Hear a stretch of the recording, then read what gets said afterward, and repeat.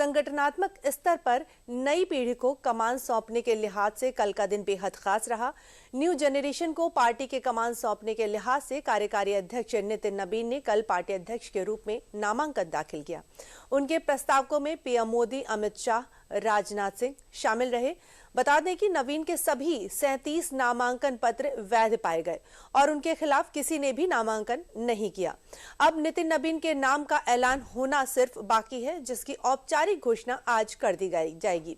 बिहार से राजनीतिक सफर शुरू करने वाले नितिन नबीन के सामने अब राष्ट्रीय स्तर पर खुद को साबित करने की चुनौती होगी।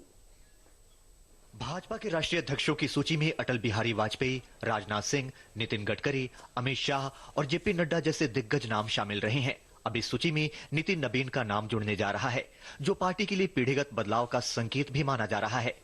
5 बार के विधायक और पार्टी के राष्ट्रीय कार्यकारी अध्यक्ष नितिन नबीन का सोमवार को औपचारिक रूप से राष्ट्रीय अध्यक्ष पद के लिए नामांकन हुआ। बतौर भाजपा अध्यक्ष नितिन नबीन की ताजपोशी सिर्फ एक पद परिवर्तन नहीं, बल्कि भाजपा के भीतर नेतृत्व के नए अध्याय की शुरुआत मानी जा रही है। बहुत ही यंग लीडरशिप को पूर्वी भारत से पार्टी का दायित्व संभालने का मौका मिल रहा है। मुझे लगता है कि आदरणीय प्रधानमंत्री जी का जो आगे आने वाले समय में लक्ष्य है, पूर्वी भारत की ग्रोथ इंजन के रूप में काम करना।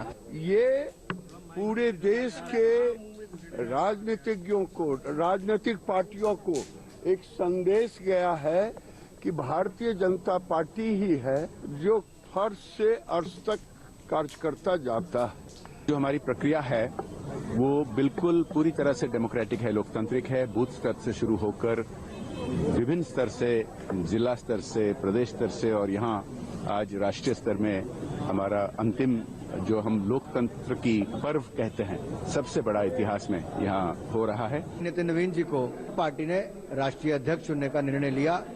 ये भाजपा के लिए तो गर्व का विषय है ही, भारत के लिए भी है। जेन ज़ी के लिए नरेंद्र मोदी जी ने एक बड़ा संदेश दिया है और भाजपा ने संदेश दिया है कि आइए राजनीति में।